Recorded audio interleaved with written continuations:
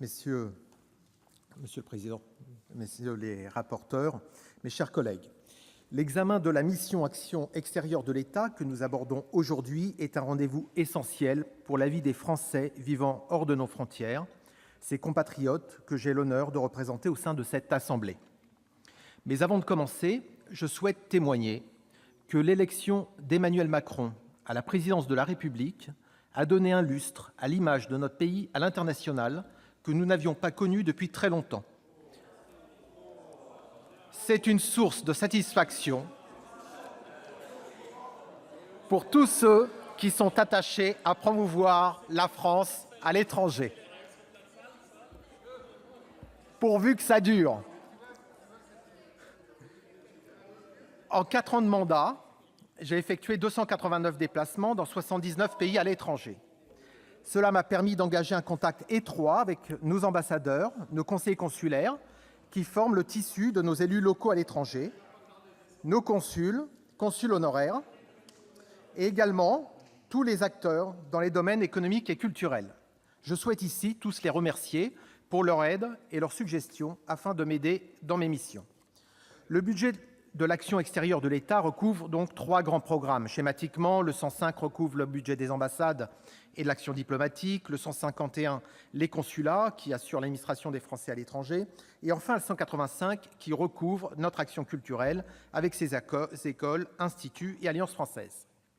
Je tiens à ce titre à saluer nos rapporteurs et notamment mes collègues, bien sûr, de l'Union centriste, Claude Kern et Vincent Delahaye, pour la qualité à tous de leurs travaux dans ces domaines. À tous, j'ai dit. La baisse globale des crédits dédiés à l'action extérieure de l'État va dans le sens souhaité par les Français d'une réduction de la dépense publique. Si on peut être d'accord sur l'objectif, nous émettons des réserves sur les chemins empruntés pour y parvenir. Comme l'ont dit certains, pour le Quai d'Orsay, Bercy a inventé le coup de rabot permanent. Commençons par la réduction moyenne de la masse salariale de 10% d'ici à 2022. La méthode engagée pour y parvenir a des effets qui conduisent les personnels en poste au découragement. Pour obtenir l'adhésion, il faudrait assortir cette démarche d'une vision qui permette aux 90% des agents restants de s'attendre à ce que leur futur soit plus glorieux à l'avenir. Nos ambassades, nos résidences sont la vitrine de la France à l'étranger. C'est ce qui nous permet de communiquer. J'ai pu constater à Hong Kong ou Cape Town que la vente de nos résidences pour financer l'entretien d'autres biens dégradait notre image localement.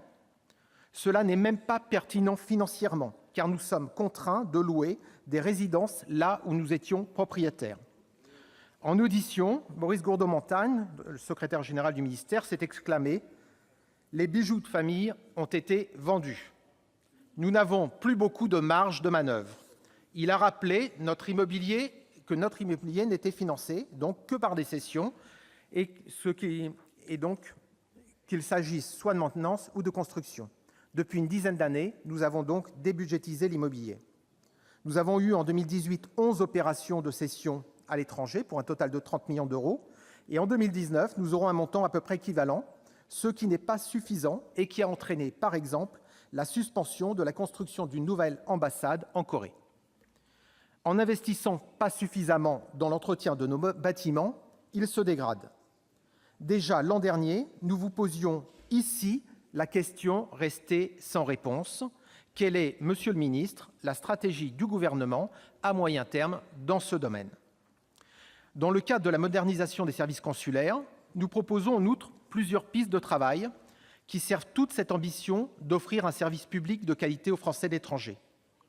Nous avons de plus en plus d'expatriés, mais de moins en moins de moyens. C'est le fameux effet ciseau. Nous souhaiterions expérimenter une approche plus audacieuse, où les consulats seraient transformés en centres de profit en récupérant intégralement le produit des services fournis. Parmi les solutions envisagées pourrait figurer également l'équipement d'outils de saisie d'empreintes biométriques pour les consuls honoraires, à l'image de ce que font nos amis allemands. Autre sujet majeur, l'enseignement français à l'étranger. Tout d'abord, une vraie satisfaction. Je vous proposais à cette tribune l'an dernier, au nom de notre groupe Union centriste, l'objectif de doubler le nombre d'écoles françaises à l'étranger d'ici 5 ans. Depuis, le Président de la République a fixé l'objectif de doubler le nombre d'élèves scolarisés dans l'enseignement français à l'étranger d'ici à 2025, lors de son discours de mars dernier. L'objectif est désormais fixé à 2030. Je me félicite que le réseau se mette en marche, même si je regrette que cela soit en marche lente. Nous espérons que cela aboutira à une profonde réforme de l'AEFE et nous nous réjouissons que le Premier ministre ait confié une mission à cet effet à la députée Samantha Cazebonne. Nous appelons de nos voeux à ce que toute la transparence soit faite sur les dépenses de l'AEFE, qui, je le rappelle, n'accueille qu'un enfant français sur 5 à l'étranger. Quand on observe des revenus de chefs d'établissement supérieurs à ceux des ministres ou de ceux d'enseignants résidents qui sont surpayés par rapport à leurs collègues recrutés locaux pour effectuer le même travail, cela pose question. Ne trouvez-vous pas, monsieur le ministre ? Enfin, la politique de coopération culturelle constitue une part essentielle de l'action de la France à l'étranger. Elle permet à notre pays de rayonner hors de ses frontières, auprès de publics étrangers, tout en s'adressant aussi à nos compatriotes expatriés. Nous saluons donc la hausse du budget alloué à ces actions dans le programme 185, bien que nous en déplorions la faiblesse des montants.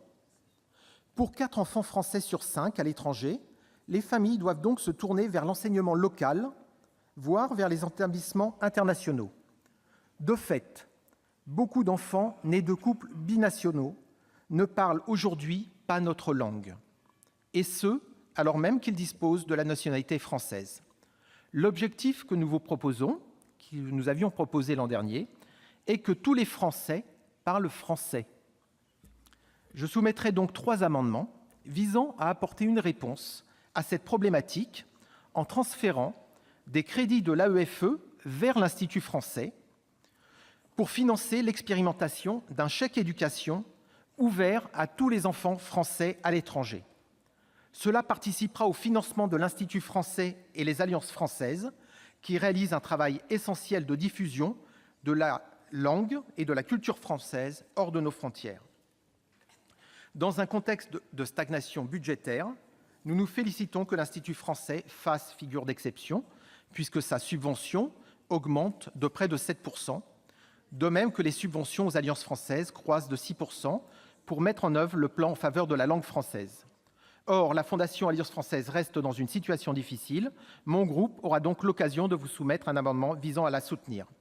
Le groupe Union centriste votera la mission Action extérieure de l'État, tout en restant vigilant à la mise en œuvre des crédits comme à l'évolution dans ces prochaines années. Je vous remercie.